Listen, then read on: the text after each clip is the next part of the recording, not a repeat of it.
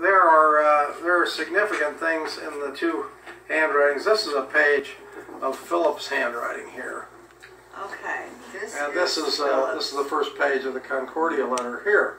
Now the similarities I see are in certain letters. Like the E is a funny E like that. I see the B. Yeah. Look at the B. Yeah. I think there's a lot of identical handwriting between the two. And I thought, you look at the H, for instance, or the L. So many of them line up with his big.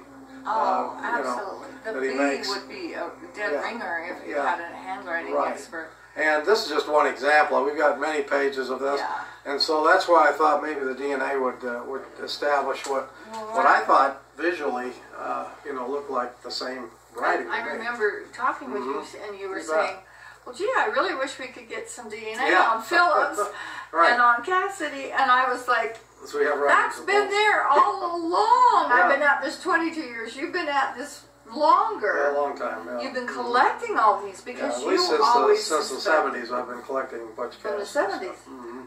And our families know each other. Oh, yeah. I used to live in Provo. You knew my mother, so there's a real connection here. Sweet lady. Yeah, you so bet. my mom was awesome. June. But that's kind of a quick overview. I don't know if that covers. This is exactly what we wanted. Okay. Is we wanted the Banded Invincible document and the boys from the Concordia, because that's the DNA that we have. Yeah, I don't know anything about DNA. And I'm learning as we go along. But I do know a little bit about handwriting, and to me the similarities are just too close. Just too close. It was. We go through a lot of different letters, and now I realize people get more mature in their handwritings as they get older, but those two handwritings are so close. But I can see why the LA detective said that they were the same. As we do with the documentary, and as we make progress, if we need a current, really professional handwriting expert, we can have that taken care of too. Well, I'm not bad. So you did. People ask me about handwriting all the time. So you bet. I've been taken by the worst, so I can. Yeah, but I've had to learn. What an amazing thing. We have the most qualified DNA expert west of the Mississippi with Susanna Ryan. We have you. What would you say your title is? Well, I'm a collector, and but are you the private? Have you the biggest collection of any private? Well, I've heard that said by a number of people that it's the largest private collection they know of. I know that we've had several people like Len Beck, for instance, who's looked at a lot of collections. He collects himself. Right. I've had the owner of R&R Auctions and several other people say the same thing, that they visit a lot of collections. They don't know if one personal collection that's as large as this. You are the world's largest private collector. Well, there's over 1 million items in this collection. We know that. There's a 250,000 books, 250,000 photographs. There are probably 100,000 letters and things, but we know with artifacts thrown in, there's probably over 1 million items in the collection. And this store is an example, if you want to just take a picture of just a few of the things that we collect.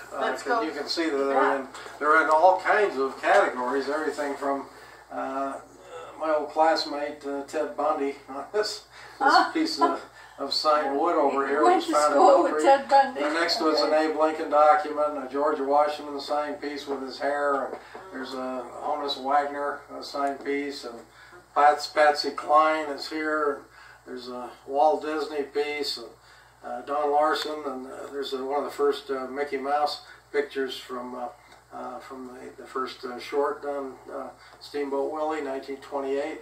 There's some handwriting of Puccini's from La Boheme. There's a letter of Claude Monet. Jimmy Stewart's the only one that could see Harvey, so he would write Harvey, draw Harvey out for people. The actress Shirley Jones came in my old store and saw that, and I asked her, I says, well, Miss Jones, do you know Jimmy Stewart? Dumb question. She said, well, I did 3 movies. And she said during one of the breaks on Cheyenne Social Club that she did with Jimmy Stewart and his best friend Henry Fonda, they grew up together, in the movies, Jimmy drew one of those Harvey pictures for me, and I said, well, I bet he did. And there's George Washington Carver next to that, and there's a handwritten letter of Humphrey Bogart on the end there.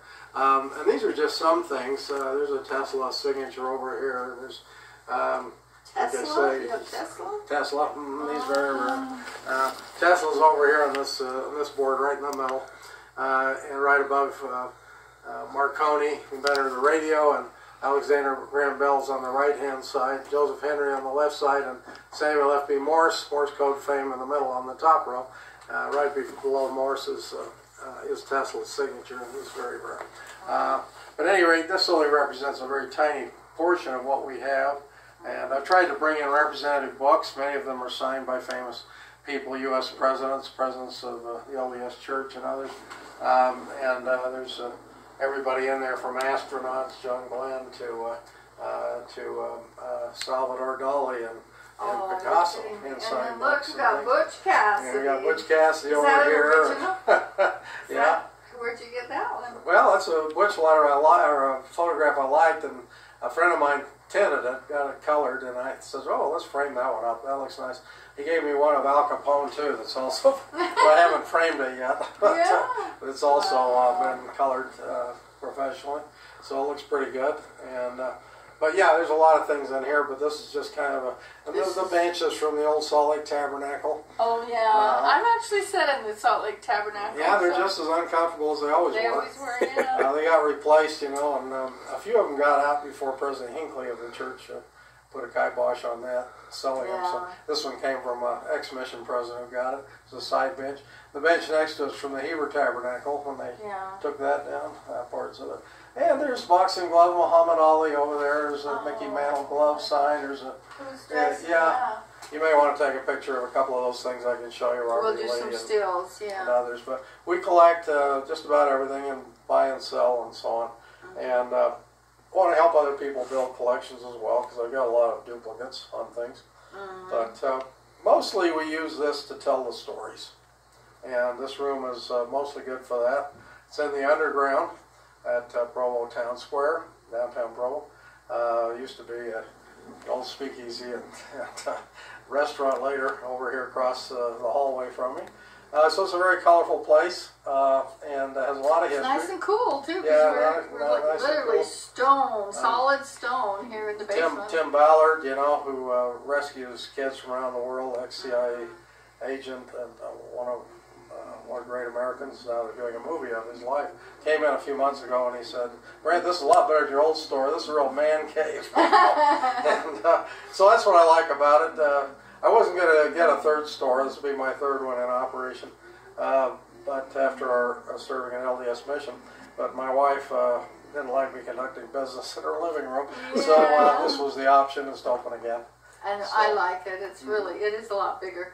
Yeah, it's fun. It's fun. It's open. I like it. And we'll have a youth group in here this week on Thursday, and family groups coming in this week. And so I enjoy just telling the stories and showing people, show and tell. In fact, that's the name of my book. And then let's go ahead and segue into that. So okay, well, my book's called Show and Tell. It came out while we were serving an LDS mission in Massachusetts. But it has a picture of Butch Cassidy's gun, and his last known letter, the Gillies letter, is in here. And but it's got hundreds of things that we took room for to try to put in. Just to try to give an overview of the collection. We obviously couldn't do much else. We have a few books, but a few of the artifacts. I was showing the original of this to a grandson last night, but this is the Babyface Nelson 38 caliber Colt lemon squeezer, and I let him hold the original last night. And I said, "This is the one he gave to the guy that souped up his Buick, Babyface Nelson, to outrun the cops." And you got that. And I have that. That's part of the collection. So I collect guns and other things too, artifacts, and just really thoroughly enjoy collecting and try to inspire others to do the same, because a lot of our history is sort of hidden now. They don't teach it much in school. And when I talk to people, like I asked my grandson, he'd never heard last night about Dillinger or Babyface Nelson or even Butch Cassidy. And we showed him the show that was done on Travel Channel. Together we watched it, and he was thrilled by it, I know. Yeah, They do explain the history. Yeah, because they just don't get it in school anymore. Right. So that's what I see our role as, is telling the stories, getting them out to the kids, particularly. And I've read this book, and it's just really neat to know about your life and how it actually fits in with my family's life, with June. And it's like, I didn't have the story right.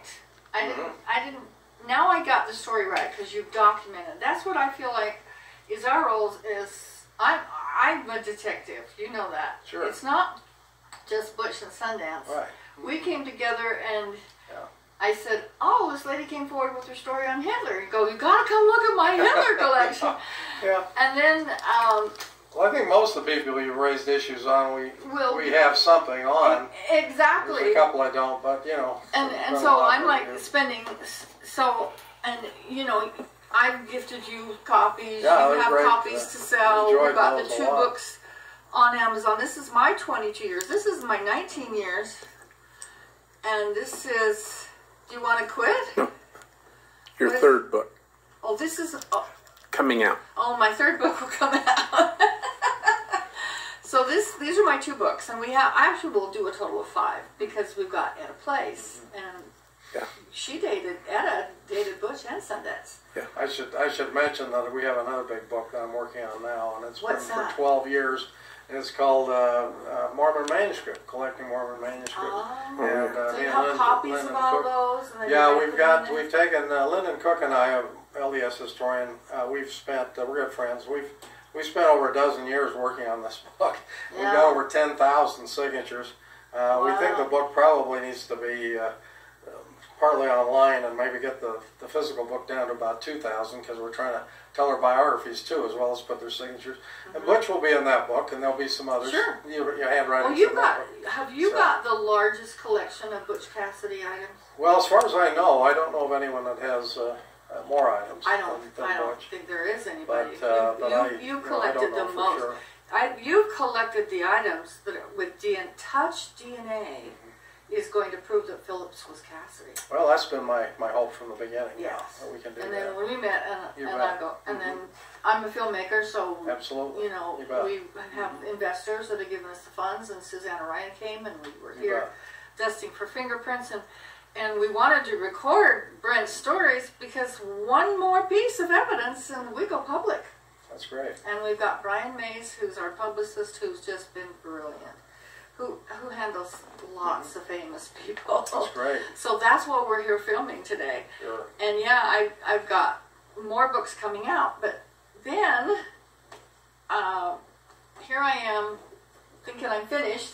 August 26, 2016, I was asked to speak at Cruise Lady. They want to do a cruise with me. We're going to be doing cruises with Colin Ray and B.J. Thomas, the Wild Bunch cruise. And so here I am thinking I'm all finished. And I go back to Panguitch, where my business partners have a home. I'm now running their home. And we get a call saying, I know where Butch was buried. And we've been digging up at Tom's cabin. Sure. So we actually are getting closer. Susanna Ryan is a genius. She wants to start over on the bones because Travel Channel just rushed her. We get Lula's granddaughters. Sure. Send it to a